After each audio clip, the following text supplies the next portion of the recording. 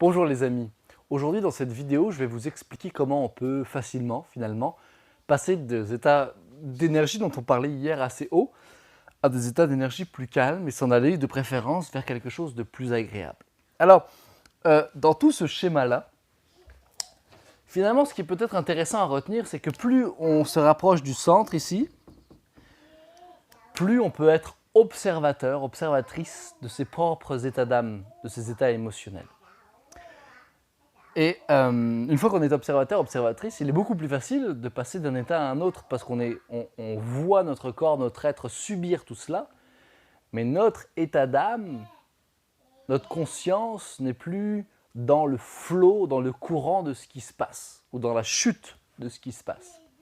C'est assez intéressant à faire, et pour ce faire, l'hypnose par exemple, la méditation, la sophrologie sont des outils extrêmement efficaces pour retourner vers ceci au centre qui s'appelle le soi, qui va en fait dans une grande profondeur de nous-mêmes, où tout va bien et tout est parfait parce que notre corps continue de gérer nos cellules, continue de gérer nos informations, le cœur continue de battre, les poumons continuent de respirer, etc. etc., etc.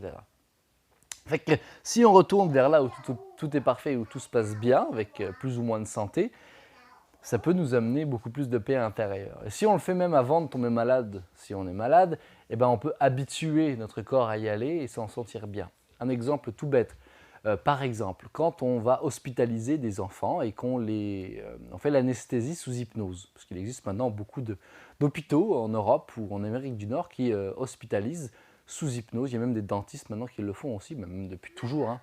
Et on va hypnotiser l'enfant sans aucun médicament, et on va aller faire une chirurgie, par exemple au niveau de la jambe ouverte, au niveau de l'os ou quoi que ce soit d'autre. Et l'enfant est seulement à l'intérieur de lui-même, il est dans son soi en train de vivre une expérience imaginaire, l'enfant ou l'adulte hein, d'ailleurs, en train de vivre une expérience imaginaire, ce qui lui empêche de vivre ce que son corps subit. Donc pour vous dire à quel point ça peut être efficace. Voilà.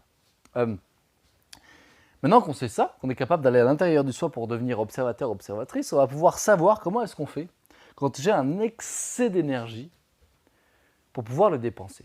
Ben, il s'agit vraiment de ça, il s'agit vraiment de dépenser l'état d'énergie. Donc si j'arrive avec un excès et que je le vis au niveau de la violence ou de la colère, l'idée ça va être de le sortir. Ce n'est pas la faute de personne, non plus de la mienne.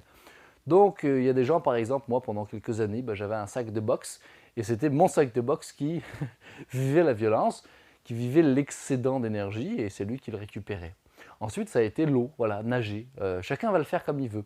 On va être capable de dépenser son excès d'énergie. Mais attention, pas trop non plus, parce qu'on n'a pas envie de redescendre immédiatement dans l'état de tristesse ou de dépression. Donc l'idée, c'est vraiment d'aller en ce centre pour être capable de, quand ça descend, retourner au centre, là où on a des repères, là où on est stable, pour ensuite se diriger vers là où on a envie d'aller. Donc, des outils comme la méditation, l'hypnose ou la sophrologie sont extrêmement efficaces pour nous ramener vers ce soi, vers cette distance de nous-mêmes, une fois qu'on a dépensé le surplus d'énergie. Voilà. Et même une fois qu'on a l'habitude d'aller à l'intérieur du soi, quand on a un excès d'énergie, il suffit simplement de le guider à l'intérieur de notre corps, de lui redonner et de le laisser partir d'une façon ou d'une autre sans avoir besoin nécessairement de bouger le corps. Mais ça, c'est pas pour tout de suite. Alors, ensuite, si j'ai l'habitude de vivre un état d'extase, je dépense mon surplus d'énergie, je m'en vais par ici parce que j'ai l'habitude de vivre aussi du coup des sentiments agréables, donc je m'en vais entre là et là. Hein. Si j'ai l'habitude de vivre de la colère ou de la violence, une fois que je l'ai dépensé, que je l'ai sorti, souvent je vais me mettre à pleurer, à me sentir même déçu de moi-même, déçu. Fait que tout le protocole des jugements et du conditionnement vient se mettre en place, d'où l'importance encore de prendre l'habitude de retourner vers le soi. Moi je conseille 15 à 20 minutes par jour, pas plus, pas moins, pour retourner vers le soi, parce qu'il s'agit vraiment de nous, il s'agit de nous et de notre intérieur. Alors, pour dépenser son énergie quand on est dans la colère, et Patrick Burensteinas dit quelque chose qui me fait beaucoup sourire. Il dit quelqu'un qui est en colère et qui est en train de déverser sa colère sur toi, prends un seau d'eau très froide et lance-lui dessus. Il aura les mêmes raisons d'être en colère juste après, mais il ne le sera plus. Pourquoi ? Parce que son corps sera en train de tout mettre en œuvre pour restabiliser sa température corporelle. L'énergie s'en ira simplement ailleurs, c'est de la mécanique.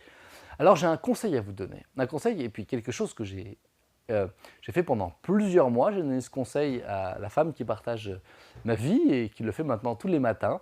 Ça fonctionne extrêmement bien. C'est la douche froide. Alors moi, j'ai appris ça en tant qu'enfant. Quand j'avais des surplus d'énergie et des surplus de colère, mon papa, très généreusement, m'a amené sous la douche froide. Ça calme très vite et très bien. Et c'est vrai qu'on n'a plus du tout de raison d'être en colère juste après. Alors, c'est très efficace. Moi, c'était la même chose. Je l'ai fait tous les soirs pendant plusieurs mois jusqu'à me sentir que j'étais capable de disperser après cette énergie d'une manière très différente. Je vous le conseille. Vous sentez que les choses arrivent, la douche froide, et puis vous voyez que les idées deviennent claires aussi, parce que là-dedans, ça roule, ça roule, ça roule, et la douche froide, ça met l'énergie vraiment ailleurs. Et puis, je me suis optimisé. Ici, on a un puits artésien, fait que l'eau qui arrive, elle est vraiment froide. Mon corps mettait tellement d'énergie à remettre de la chaleur à l'intérieur de lui-même. Allez pas jusqu'à l'hypothermie non plus, c'est pas de ça dont il s'agit. Mais c'était vraiment de faire l'expérience. Je l'ai faite pendant plusieurs mois, c'est extrêmement efficace. Autre technique, pour vivre le surplus d'énergie, quand on a de la colère, de l'énervement, contre quelqu'un, contre soi-même, alors qu'on sait très bien que ce n'est ni notre faute ni de l'autre, c'est juste la vie, c'est de l'énergie qui vient dans nos neuroassociations, à allumer des interrupteurs. Tout ce qu'on veut faire, c'est les éteindre. Et plus on va les éteindre, plus notre corps va s'habituer à aller dans un sens ou dans l'autre. Alors, méthode extrêmement efficace qui nous permet de rire de nous-mêmes et de rire de la vie dans ce genre d'état d'esprit, c'est une méthode qui a été mise en place par le docteur Christian Tal, que je remercie beaucoup d'ailleurs. Il s'agit de faire cet élément-là. On va prendre une grande inspiration et on va faire... Voilà un petit peu de quoi il s'agit. Un certain nombre de fois jusqu'à vider complètement l'air de nos poumons.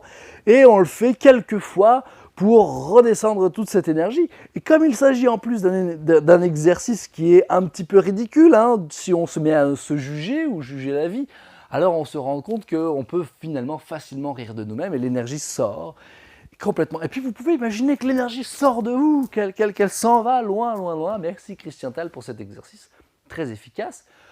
Peut-être un exercice à pas réaliser dans toutes les situations, comme un cocktail ou dans un supermarché ou à l'école.